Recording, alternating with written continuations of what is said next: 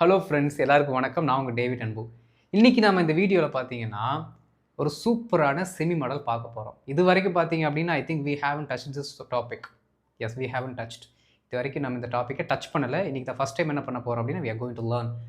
So அதனால் video skip பண்ணாமல் from start to finish பாருங்கள். அப்போ தான் எப்படி இதை யூஸ் பண்ணலாம் அப்படிங்கிறது உங்களுக்கு தெரியும். எத்தனை நாளைக்கு தான் நம்ம செமி மாடல்ஸ் அண்ட் மாடல்ஸில் இருக்க குட்டு மஸ்ட் இதெல்லாம் யூஸ் பண்ணுறது.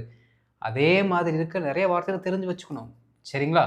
அண்ட் இதான் நம்ம வீடியோக்கு நீங்கள் ஃபஸ்ட் டைம் வந்திருக்கீங்கன்னா மறக்காம நம்ம சேனலை சப்ஸ்கிரைப் பண்ணிட்டு பெல் பட்டன் கிளிக் பண்ணி வச்சுக்கோங்க. அப்போ தான் போடுற வீடியோஸ் உங்களை தொடர்ந்து வந்து சேரும். ரொம்ப முக்கியமான விஷயம், நாளையிலிருந்து நம்மளோட ஃப்ரீ ஸ்போக்கன் இங்கிலீஷ் கிளாஸ் ஒரு 30 நாளைக்கு நடக்க போகுது. ஒவ்வொரு நாளுமே எப்படி படிக்கணும், எதை ஸ்டார்ட் பண்ணணும், எதை நீங்கள் ஃபஸ்ட்டு படிக்கணும், எதை செகண்ட் படிக்கணும் அப்படிங்கிற பேசிஸில் தான் நான் நடத்த போகிறேன். சரிங்களா? ஸோ ஃப்ரம் டே 1லேருந்து கரெக்டாக நோட்ஸ் எடுத்து மெட்டிகுலஸாக நீங்கள் ப்ராக்டிஸ் பண்ணிங்கன்னா டெஃபினட்டாக இந்த 30th டேயில் கண்டிப்பாக உங்களால் இங்கிலீஷ் பேச முடியும். இது 2 செட்டாக நம்ம பார்க்க போகிறோம். என்ன அப்படின்னா, ஃபஸ்ட்டு ஒரு குறிப்பிட்ட நாட்களுக்கு பேசிக் லெவலும், அதற்கடுத்து இன்டர்மீடியட் லெவலும் பார்க்க போகிறோம். சரிங்களா? அட்வான்ஸ் லெவல் இருக்காது, பேசிக் டு இன்டர்மீடியட். ஆனால் இதில் நிறைய நான் உங்களுக்கு சொல்லிக் கொடுப்பேன். ஓகே, பார்க்கலாம். இப்போ நம்ம வீடியோக்குள்ளே போயிடலாம். ஃபஸ்ட்டு நீங்கள் மெயினாக இந்த செமி மாடல்ஸாக இருக்கட்டும், இந்த மாடல்ஸாக இருக்கட்டும், அதை நீங்கள் படிக்கும் பொழுது, அதை ப்ராக்டிஸ் பண்ணும் பொழுது பேசிக்காக நீங்கள் என்ன விஷயத்தை ஃபஸ்ட்டு தெரிஞ்சுக்கணுமோ அதை சொல்லிவிட்டு நான் கான்செப்ட்டுக்குள்ளே வரேன். சரிங்களா? ஃப்ரெண்ட்ஸ், இந்த செமி மாடலாக இருக்கட்டும், மாடலாக இருக்கட்டும், இந்த பர்டிகுலர் ஃபார்ம் என்றைக்குமே V1 ஃபார்ம், அதாவது நம்ம என்னென்னு சொல்லுவோம்னா பேஸ் ஃபார்ம்னு சொல்லுவோம். ஓகே, பேஸ் ஃபார்ம் அப்படின்னு நம்ம சொல்லுவோம். V1 இது கூட மட்டும்தான் வரும். நீங்கள் அது மாடலாக இருக்கட்டும், இல்லை வேறு எதாவது வேணா இருக்கட்டும், அதில் வரக்கூடிய வார்த்தை இந்த மாதிரி குட்டு, ஓகே, உட்டு, இந்த மாதிரி பாஸ்ட் டென்ஸில் இருக்க வார்த்தைகள் வந்தாலும் இதற்கடுத்து வரக்கூடிய வார்த்தை V1ஆகத்தான் இருக்க வேண்டும். அது எழுதப்பட்ட விதி. Okay, we cannot change that at any cost. அதை நம்மளால் மாற்றவே முடியாது. ஓகே, அதனால சம்டைம்ஸ் உங்களுக்கு கன்ஃபியூஸ் ஆகும். என்ன அப்படின்னா, இங்கே பாஸ்ட் வேர்டு வருது, அப்போ இதுக்கேற்ற மாதிரி நம்ம இதை மாற்றணும்ல அப்படின்ட்டு தயவுசெய்து மாற்றிடாதீங்க. ஓகே, அப்படி மாற்றினீங்கன்னா தப்பு வந்துடும். ஓகே, மாடல்ஸாக இருக்கட்டும், செமி மாடல்ஸாக இருக்கட்டும், நான் சொல்கிறது நல்லா நோட் பண்ணி வச்சுக்கோங்க. V1 தான் வரணும். ஓகேங்களா?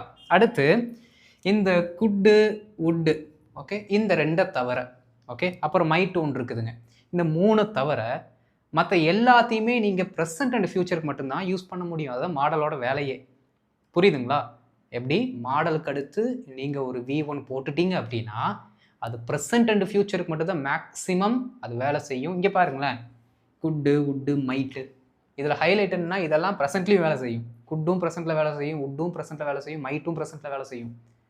அதனால மேக்ஸிமம் இந்த எல்லா மாடல்ஸுமே இந்த 3 தவிர, ஏன்னா இந்த 3க்கு தான் பாஸ்ட்டில் வேலை செய்யக்கூடிய திறன் இருக்கிறது. மற்ற எல்லாமே ப்ரெசென்ட்டும் ஃபியூச்சருக்கு தான் வேலை செய்யும். ஓகே, இது நீங்கள் ஃபஸ்ட்டு தெரிஞ்சுக்கணும்.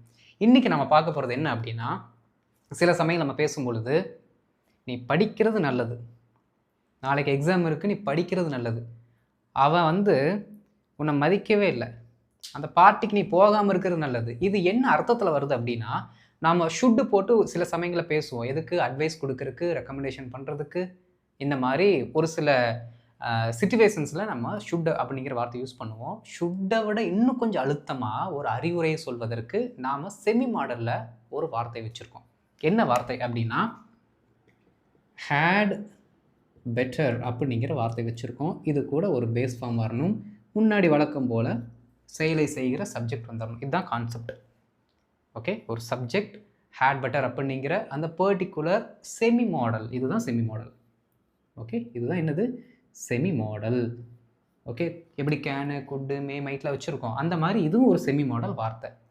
அதனால தான் முன்கூட்டியே நான் சொல்லிட்டேன், இங்கே ஹேடு வருது, ஹேடு வந்தால் எப்பட்றா V1 வரும் அப்படின்னு கேட்கக்கூடாது.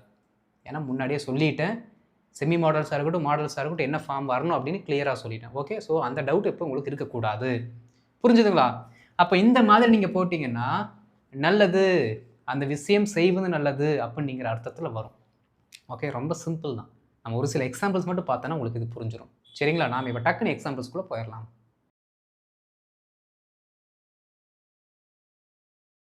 இப்போ நம்ம ஒரு சில எக்ஸாம்பிள்ஸ் பார்க்கலாம்.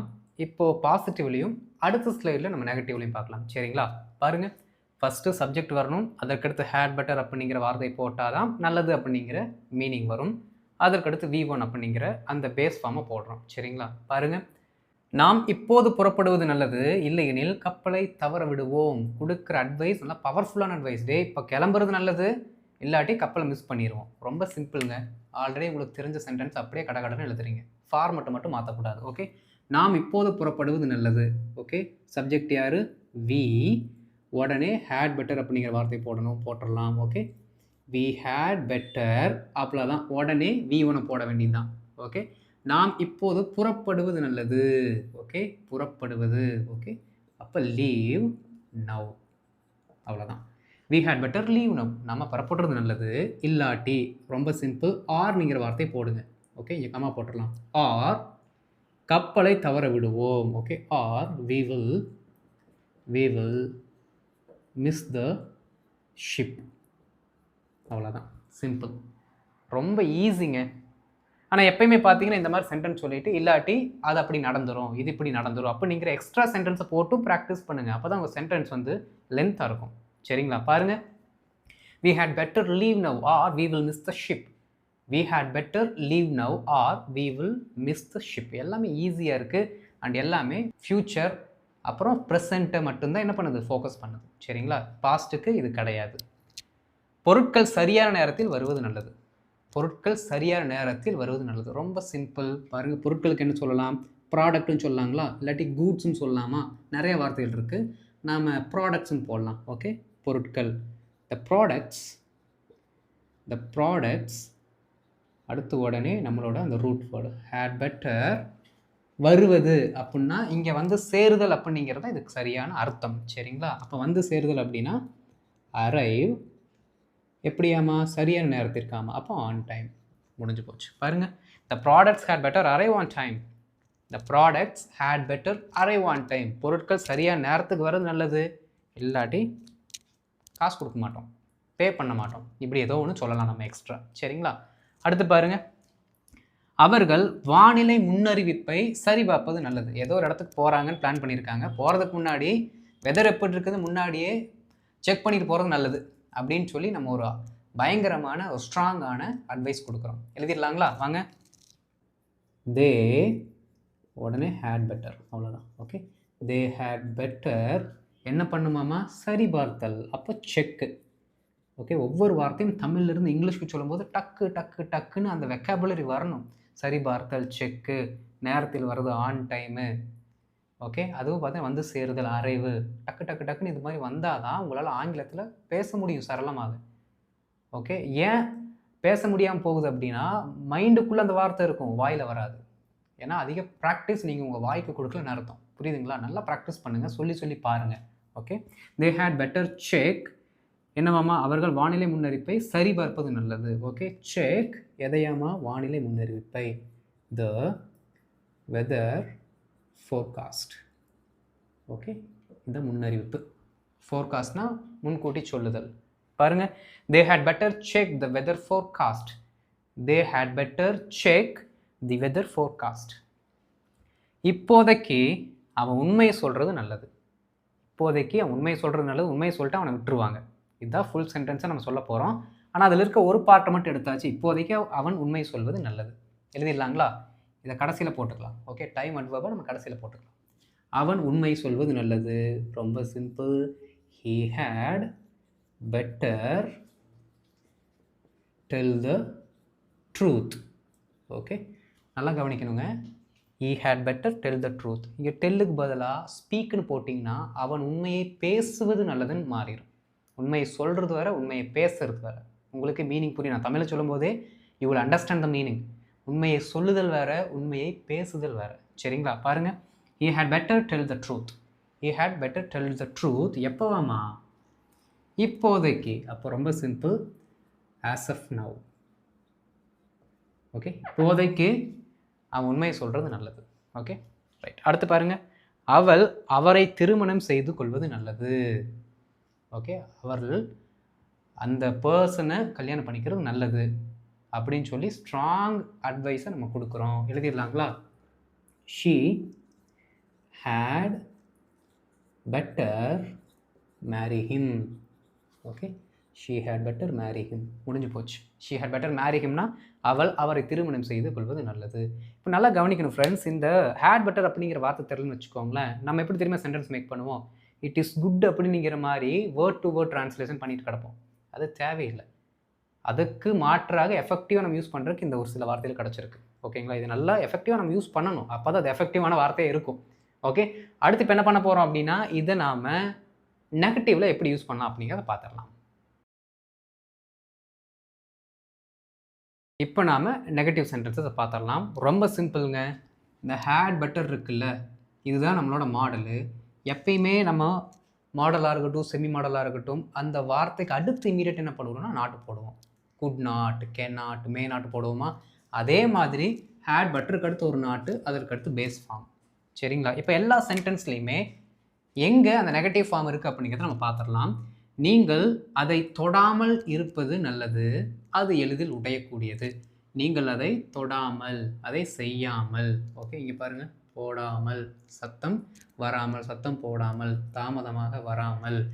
அடுத்து பாருங்கள், டிவி பார்க்காமல், முதுகிற்கு பின்னால் பேசாமல். அப்போ இந்த மாதிரி வந்துட்டாலே அந்த சென்டென்ஸ் நெகட்டிவில் இருக்குது அப்படிங்கிறத நம்ம ஈஸியாக ஐடென்டிஃபை பண்ணிக்கலாம். அப்போது பாசிட்டிவ் எழுதுகிற மாதிரியே எழுதிக்கிட்டு அந்த ஹேட் பட்டருக்கு அடுத்து ஒரு நாட்டை போட்டால் வேலை முடிஞ்சுது. எழுதலாங்களா? வாங்க. நீங்கள் அதை தொடாமல் இருப்பது நல்லது. ரொம்ப சிம்பிள். நீங்கள் அதை தொடுவது நல்லதுன்னு எழுதலாம். ஓகே, ஃபஸ்ட்டு பாருங்கள். You had better, okay, you had better touch it. You had better touch it. இதற்கு என்ன அர்த்தம்? நீங்கள் அதை தொடுவது நல்லது. இங்கே முன்னாடி இப்போ நாட்டை போட்டோம்னா வேலை முடிஞ்சுது. அவ்வளோதான். You had better not touch it. You had better not touch it. நீங்கள் அதை தொடாமல் இருப்பது நல்லது, அது எளிதில் உடையக்கூடியது. ஓகே, இட்ஸ் வெரி, எளிதில் உடையக்கூடியது அப்படிங்கிறத நம்ம எப்படி சொல்லலாம் இங்கிலீஷில்? ரொம்ப சிம்பிள், ஃப்ரஜைல். ஓகே, ஃப்ரகைல்னு சொல்லக்கூடாது, கிறிஸ்கைல் மாதிரி ஃப்ரகைல்னு சொல்லிடக்கூடாது. ஃப்ரஜைல், இதோட pronunciation fragile. It is very fragile. ஃப்ரஜைல்னா சீக்கிரமாக ஈஸியாக உடையக்கூடியதுன்னு அர்த்தம். பாருங்கள், you had better not touch it. You had better not touch it. It is very fragile. It is very fragile. Okay, அடுத்து குழந்தைகள் எந்த சத்தமும் போடாமல் இருப்பது நல்லது. இப்போ என்ன பண்ணிடலாம்னா சிங்கிள் ஸ்ட்ரெச் என்ன பண்ணிடலாம், ஒரே மாதிரி எழுதிட்டு போயிடலாம். பாசிட்டிவ் எழுதி நெகட்டிவெல்லாம் வேண்டாம். வாங்க, குழந்தைகள் எந்த சத்தமும் போடாமல் இருப்பது நல்லது. யார் அந்த ஆக்ஷன் செய்யக்கூடாது? குழந்தைகள். அப்போ அவங்க தான் ஃபஸ்ட்டு வரணும்.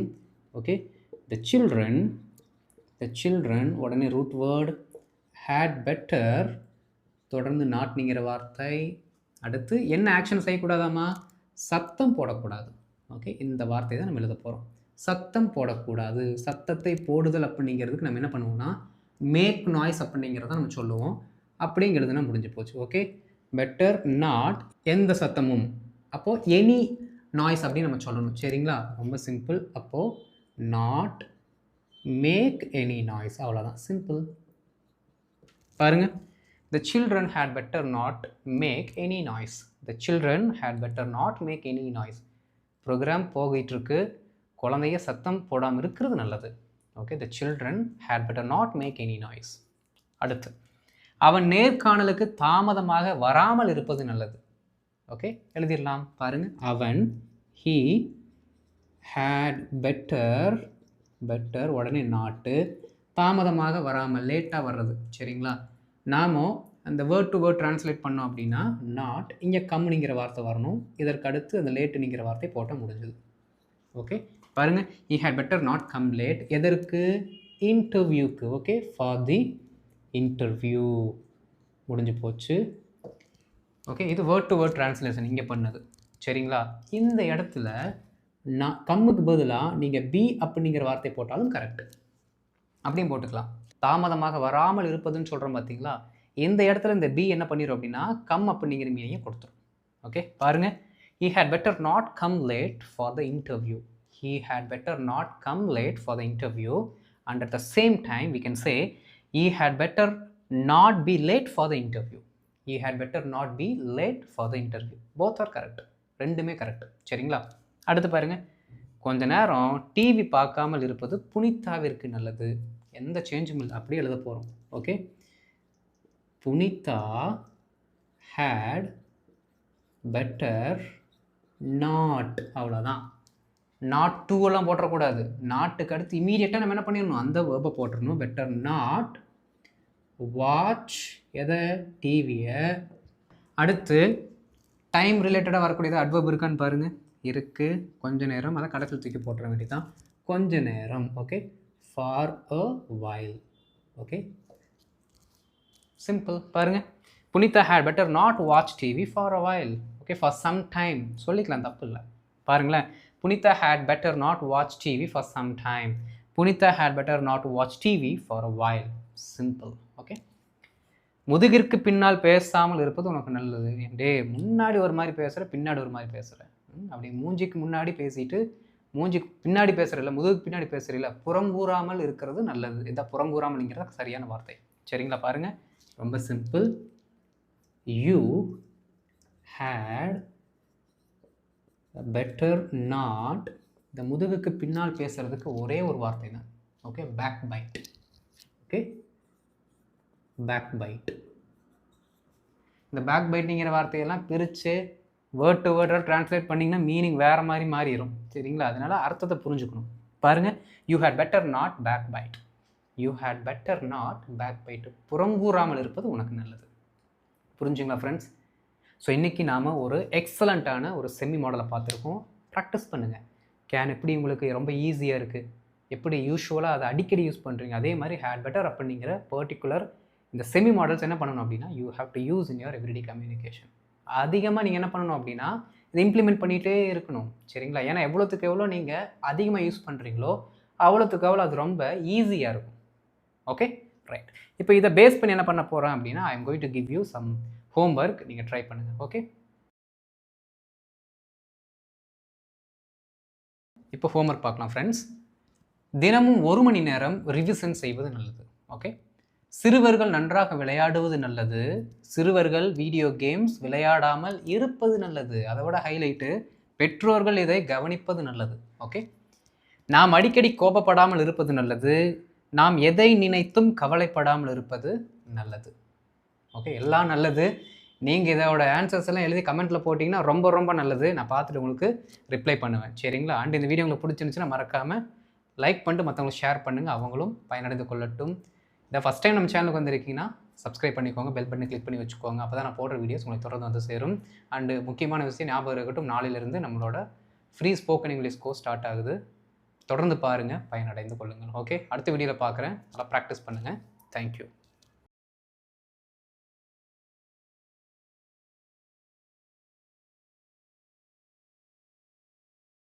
Thank you.